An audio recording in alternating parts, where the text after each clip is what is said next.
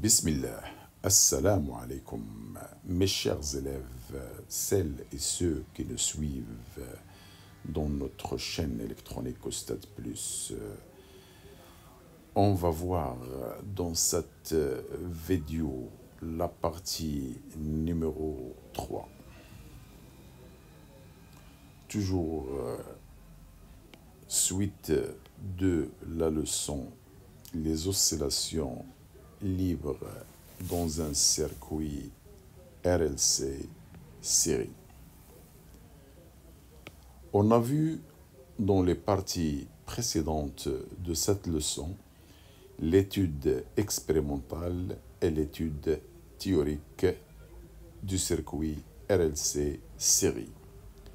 Dans cette vidéo, on va voir l'étude des transferts d'énergie dans un circuit RLC série. On commence par vous donner l'expression de l'énergie totale dans un circuit RLC série ou bien un circuit LC idéal. Veut dire que cette expression de l'énergie, elle est la même dans les deux cas, RLC ou LC. Alors, dans un circuit RLC, on a un condensateur et on a une bobine. On sait que dans le condensateur, on stocke une énergie qu'on appelle énergie électrique. Par contre, dans la bobine, on stocke une énergie qu'on appelle énergie magnétique. Alors que dans le conducteur ohmique, R, il y a une perte ou dissipation d'énergie. Alors l'énergie dans le circuit RLC ou LC, c'est la somme de ces deux énergies. Veut dire l'énergie électrique plus l'énergie magnétique. Bien. Alors, on peut maintenant annoncer que l'énergie totale dans un circuit RLC ou bien LC, c'est E, qui est égal à la somme des deux énergies, électrique et magnétique. Avec, bien sûr, l'énergie électrique, c'est toujours 1 demi C UC au carré, et l'énergie magnétique, c'est 1 demi L I au carré. Ce sont deux expressions qu'on a déjà vues dans les résumés précédents. Donc, on peut écrire maintenant que l'énergie totale, c'est, au lieu de EE, je peux écrire 1 demi C UC au carré, plus, au lieu de EM, on peut écrire 1 demi L I au carré. Voilà l'expression de l'énergie dans un circuit RLC ou LC. Bien. Remarque très importante. Alors, dans le cas de circuit RLC série, on trouve que l'énergie, elle est différente d'une constante. Ça veut dire l'énergie ne se conserve pas. Et cela est dû à la présence de la résistance R. Alors, dans le conducteur ohmique R, il y a toujours dissipation de l'énergie. Donc, cette perte d'énergie, c'est la cause de la non-conservation de l'énergie totale. Par contre, dans le cas de circuit LC idéal, où il n'y a pas de résistance, l'énergie totale, elle est constante, on dit qu'elle est conservée. Avec, dans les deux cas bien sûr, l'énergie totale, c'est toujours l'énergie électrique maximale, qui est égale à 1 demi C UC max au carré. Et aussi, l'énergie totale, c'est toujours est égal à l'énergie magnétique maximale qui est égale à 1 demi L max. Soit l'énergie constante, soit non constante. Très bien. Maintenant, on parle de transfert d'énergie dans un circuit RLC ou LC.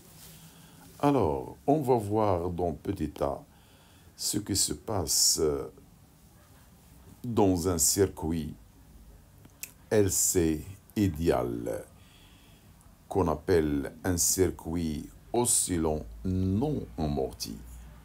Dans ce cas-là, l'énergie passe périodiquement et sans perte du condensateur à la bobine et réciproquement. Ça veut dire l'énergie dans le condensateur, il passe à la bobine et en même temps l'énergie dans la bobine passe au condensateur et cela se fait périodiquement comme ce qu'on va voir dans cette courbe. Regardez cette courbe, on va représenter en même temps l'énergie totale, l'énergie électrique et l'énergie magnétique. Je commence par l'énergie électrique. Regardez à l'instant zéro. À l'instant zéro, le condensateur il est initialement chargé. Alors, puisqu'il est chargé, sa tension UC égale à UC max. Dans ce cas, l'énergie électrique, c'est 1 demi C. Au lieu de UC, je vais mettre UC max au carré. Oh, ça c'est l'énergie maximale. La voilà. Ça c'est EE maximale. Donc à l'instant zéro, l'énergie commence par l'énergie maximale dans le condensateur. Alors lorsqu'on ferme l'interrupteur, cette énergie, il va diminuer jusqu'à ce qu'il s'annule. Une fois s'annulé, la bobine, il va se charger au maximum. Je peux maintenant représenter la courbe de l'énergie dans la bobine. Alors, à l'instant zéro où le condensateur est totalement chargé, la bobine elle est déchargée. Son énergie, c'est zéro. Lorsque le condensateur se décharge, la bobine se charge et va atteindre le maximum qu'avait le condensateur lorsque le condensateur se décharge totalement. Et ainsi de suite. Voilà comment varie l'énergie dans une bobine. Alors ça, c'est l'énergie EM. Bien, alors il n'y a pas de perte. Dans ce cas-là, l'énergie totale, elle est soit égale à l'énergie EE maximale, soit est égale à EM maximale. Veut dire, je peux maintenant représenter la courbe de l'énergie totale. L'énergie totale, elle est égale à EE max, est égale aussi à EM max. Aussi EE max, EM max. Alors, on remarque que l'énergie totale reste constante. Ça, c'est la courbe de E total. Bien. Alors, regardez ce qui se passe dans une période T0 qu'on a appelée déjà la période propre. Regardez ce qui se passe pour le condensateur, par exemple. Le condensateur, regardez, il se décharge. Après, il se charge. Ah, il arrive au même état dans la moitié de T0. Ça veut dire le phénomène se répète 2 fois dans la même période T0. Veut dire que la période de l'énergie T, c'est toujours la moitié de T0 propre qu'on a déjà vu. Très bien.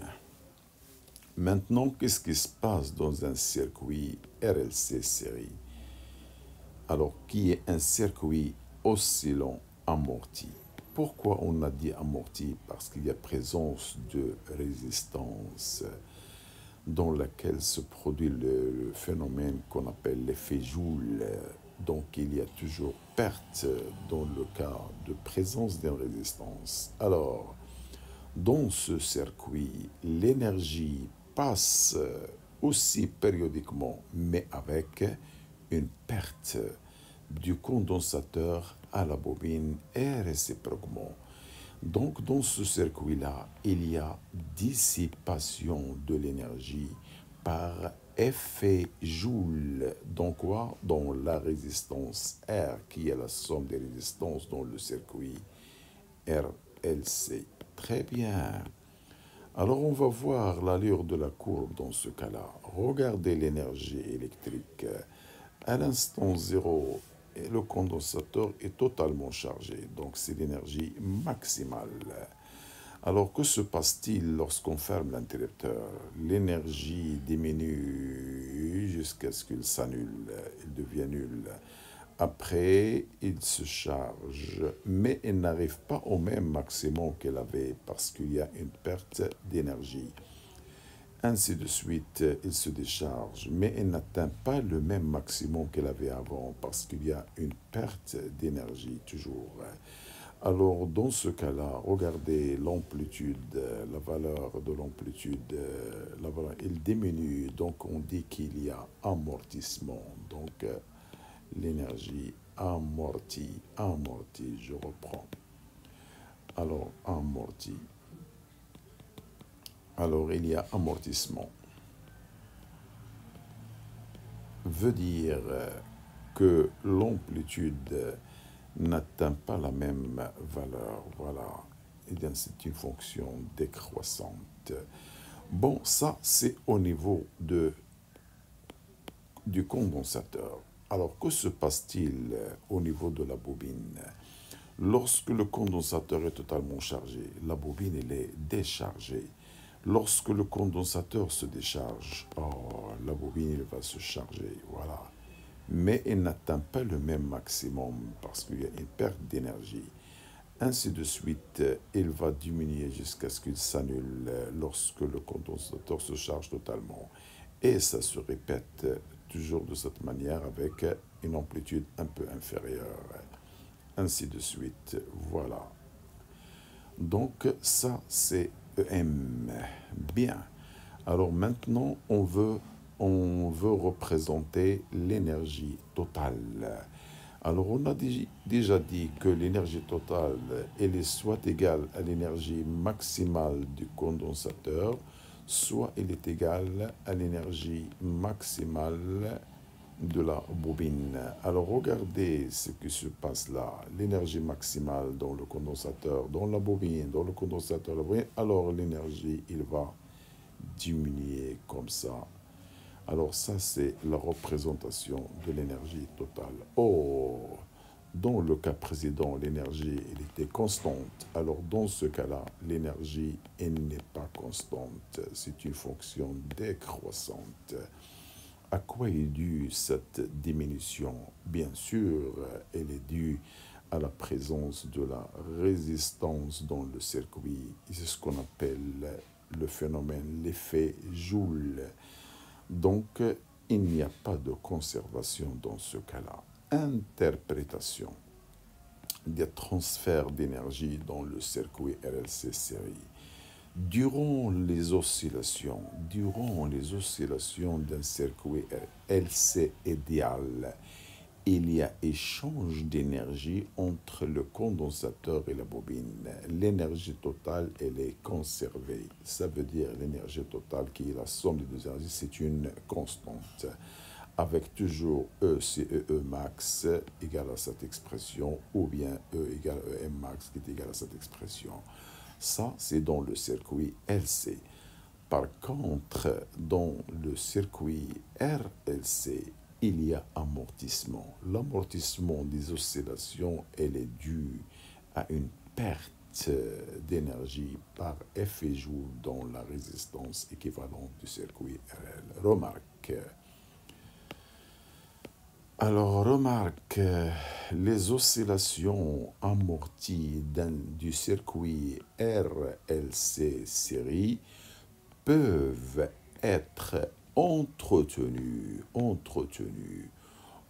branchant le circuit RLC avec quoi? Aux bornes d'un module électronique ou bien un générateur G de tension mais avec l'expression UG égale plus ou moins R0I, et non pas UG qu'on a déjà vu égal à E. Ça, c'est pour l'étude précédente. Mais dans le cas de